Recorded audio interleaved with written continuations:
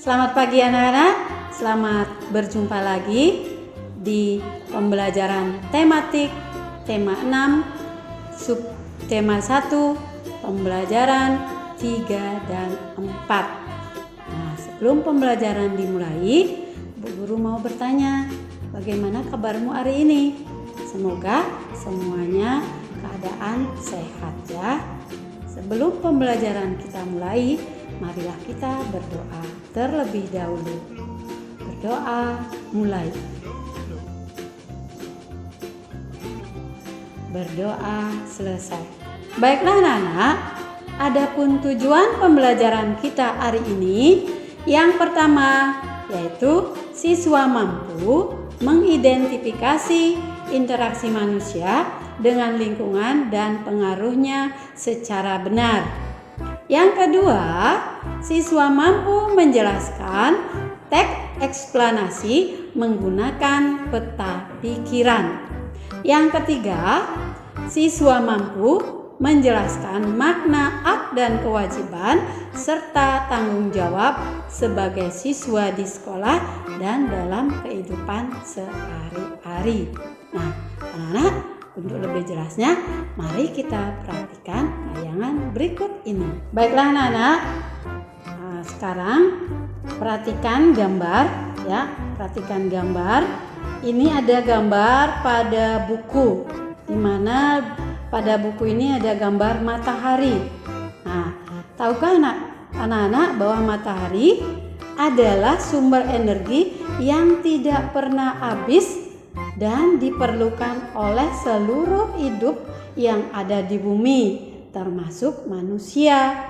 Manusia dan lingkungan sekitar memerlukan sumber energi panas untuk kelangsungan hidupnya. Nah, untuk memenuhi kebutuhan hidupnya, manusia harus berhubungan dengan lingkungannya. Karena lingkungan manusia itu terdiri atas lingkungan alam dan lingkungan masyarakat. Lingkungan masyarakat tempat kita dipengaruhi oleh kehidupan sosial dan budaya. Nah, perhatikan lagi ya anak-anak gambarnya. Di sini ada gambar seorang anak sedang membuang sampah ke sungai. Nah, pernahkah kamu melihat peristiwa seperti pada gambar di samping di lingkungan tempat tinggalmu? Jika kamu melihat peristiwa seperti gambar ini, sebaiknya segera menegur orang tersebut karena perbuatannya akan menyumbat aliran sungai sekaligus perbuatannya dapat mencemari lingkungan. Nah, kalau membuang sampah ke sungai itu akan menyebabkan aliran sungai tercemar dan tersumbat. Nah, di dalam interaksi manusia, anak-anak, itu tidak semua interaksi manusia dengan alam berdampak baik bagi alam. Interaksi manusia dengan lingkungan yang kurang baik juga dapat menyebabkan beberapa bencana yang merugikan manusia dan lingkungannya. Contohnya terjadi banjir. Nah, di sini penyebabnya yaitu karena interaksi manusia dengan alam ini bukan interaksi yang baik seperti gambar ini ya anak-anak. Ada seorang anak yang sedang membuang sampah ke sungai. Nah, ini akan mengakibatkan apa anak-anak? Banjir. Ya. Nah, selanjutnya kita akan mempelajari tentang mengidentifikasi interaksi manusia dengan lingkungan alam dan pengaruhnya. Nah, interaksi adalah suatu kegiatan yang terjadi antara dua objek dan saling memengaruhi satu sama lain. Manusia itu melakukan interaksi dengan lingkungan alam. Interaksi manusia dengan lingkungan alam atau sebaliknya terbentuk secara alami. Seperti contohnya ini ya anak-anak, gambar ini di mana petani sedang bekerja di sawah yaitu membajak sawah. Nah, apa pengaruh interaksi manusia dengan lingkungan alamnya? Di mana interaksi masyarakat di sekitar terhadap lingkungan alamnya dan pengaruh dampak positif dan dampak negatifnya. Adapun dampak positifnya, pertama, meningkatkan lapangan pekerjaan penduduk sekitar. Kedua, meningkatkan pembangunan daerah seperti dibangunnya akses jalan raya. Yang ketiga, pendapatan penduduk semakin meningkat. Yang keempat, dibangunnya sarana dan prasarana. Itu adalah dampak positifnya, anak-anak. Sedangkan dampak negatifnya yaitu berkurangnya keanekaragaman hayati karena hanya dibudidayakan tanaman.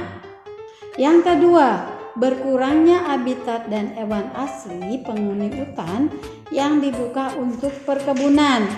Yang ketiga, berkurangnya sumber daya alam.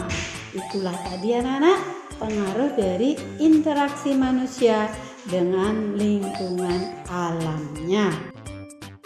Baik anak-anak, selanjutnya kita belajar tentang menjelaskan isi teks eksplanasi menggunakan peta pikiran. Konsep teks eksplanasi dapat dijelaskan menggunakan peta pikiran. Peta pikiran merupakan suatu cara mencatat yang kreatif, efektif, dan secara harfiah dapat memetakan pikiran kita. Itulah tadi cara membuat konsep teks eksplanasi.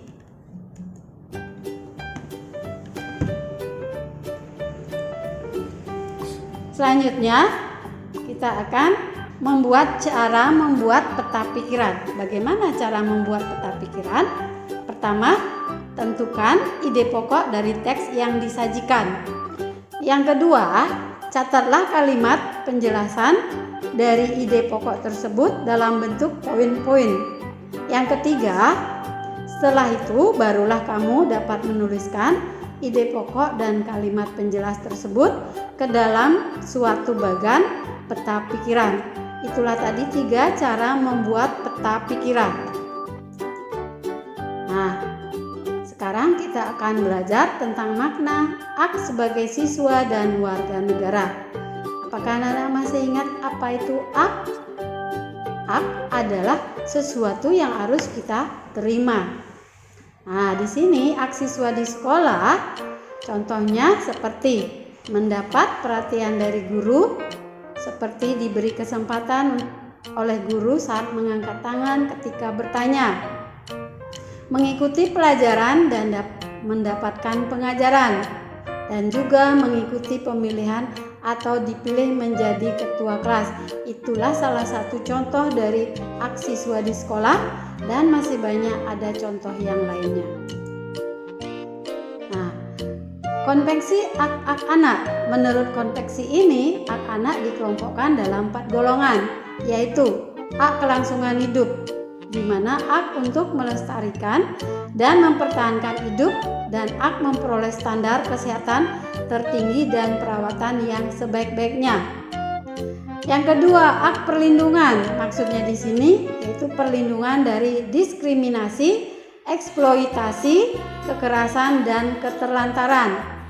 Yang ketiga, ak tumbuh kembang. Maksudnya yaitu ak memperoleh pendidikan dan ak mencapai standar hidup yang layak bagi perkembangan fisik, mental, spiritual, moral, dan sosial.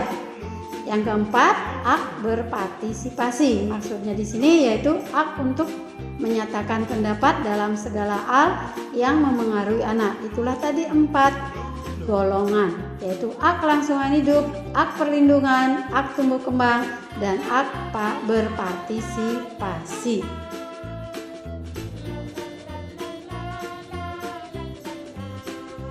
Selanjutnya kita akan belajar tentang makna kewajiban sebagai siswa dan warga negara. Tadi kita sudah belajar tentang ak ya anak-anak. Masih ingat apa itu kewajiban? Kewajiban adalah hal-hal yang harus dilakukan jika kita tidak melaksanakan kewajiban kita akan mendapat peringatan dan sanksi. Kewajiban dan hak selalu berdampingan. Artinya, hak akan kita dapatkan setelah kewajiban telah selesai dilakukan. Kita sebaiknya mendahulukan kewajiban sebelum menuntut hak. Jika kita melakukan hak dan kewajiban dengan seimbang, maka akan tercipta kehidupan yang aman, tertib, dan damai. Nah, itulah tadi anak-anak, antara hak dan kewajiban kita harus seimbang agar tercipta kehidupan yang aman, tertib, dan damai. Selanjutnya, contoh kewajiban siswa di sekolah dan hak yang akan diperoleh. Misalnya, membuang sampah ke tempat sampah, yaitu haknya akan diperoleh, yaitu lingkungan sekolah menjadi bersih. Misalnya, kewajibannya mengerjakan tugas dengan sungguh-sungguh, maka hak yang akan diperoleh yaitu mendapat nilai bagus dari tugas tersebut. Jika mendengarkan pendapat teman saat melakukan diskusi, maka hak yang akan diperoleh yaitu diskusi akan tenang dan permasalahan dalam diskusi cepat terpecahkan. Jika kewajiban melaksanakan piket sesuai dengan jadwal, maka hak yang akan diperoleh yaitu ruang kelas selalu bersih dan nyaman.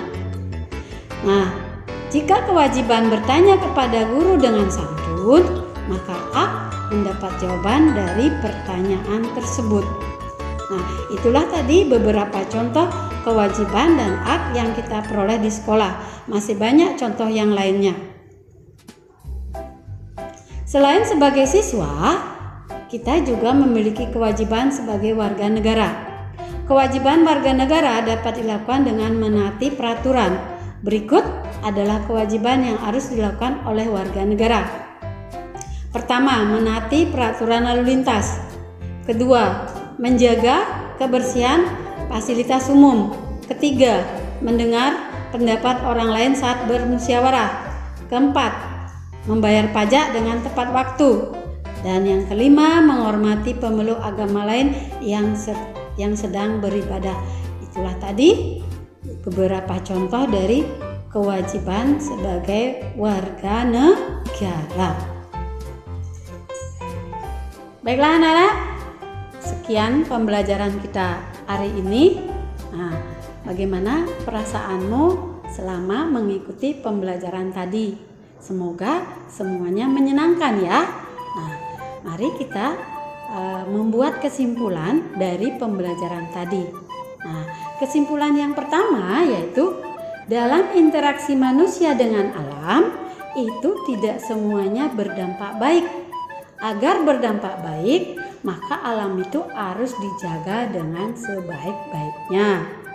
Nah, yang kedua, hal yang perlu diperhatikan dalam membuat peta pikiran yaitu seperti menentukan ide pokok dari teks yang disajikan, mencatat kalimat dengan bentuk poin-poin dari ide pokok. Barulah anak-anak bisa nanti membuatnya pada peta pikiran. Yang ketiga, jika kita sudah melaksanakan kewajiban dan hak dengan seimbang, maka terciptalah kehidupan yang aman, tertib, dan damai. Nah, anak-anak sebagai siswa, agar mendapatkan hak yaitu nilai yang bagus, maka kerjakanlah tugas yang diberikan oleh guru dengan sebaik-baiknya. Ya, anak-anak, demikian dari kesimpulan pembelajaran hari ini. Nah, sebelum kita tutup pembelajaran kita hari ini, mari kita berdoa terlebih dahulu. Berdoa dimulai. Berdoa selesai. Baiklah anak-anak, sampai jumpa. Dah.